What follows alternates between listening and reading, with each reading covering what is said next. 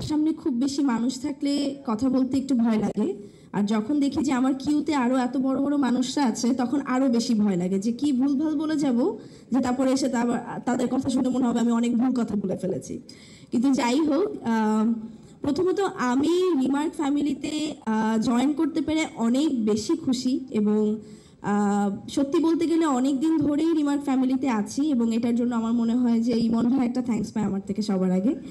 এবং এটার পাশাপাশি আজকে এতগুলো বড় বড় মানুষের সাথে একই পাশে বসে একই মঞ্চে বসে কথা বলা এখানে, এটাও আমার জন্য অনেক বড় পাওয়া।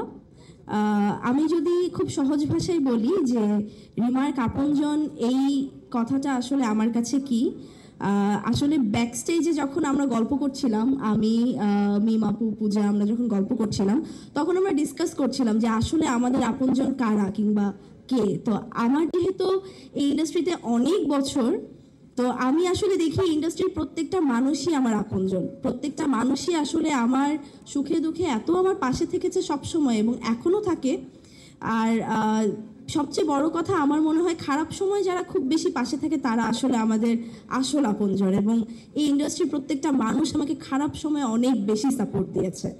আর আমার যখনই কোনো প্রবলেম হয়েছে আমি ইজিলি আমাদের ইন্ডাস্ট্রির যে কোনো একজন, আমার কো অ্যাক্টর হোক কিংবা আমার সিনিয়র হোক কিংবা আমার কলিগ হোক, যা আমি ইজিলি যে কাউকে ফোন দিয়ে আমি হেল্পটা পেয়েছি, এবং এই হেল্পটা এবার আমাদের সকলের মধ্যে রিমার্ক আমাদের সাধারণ মানুষদের মধ্যে এনে দিচ্ছে।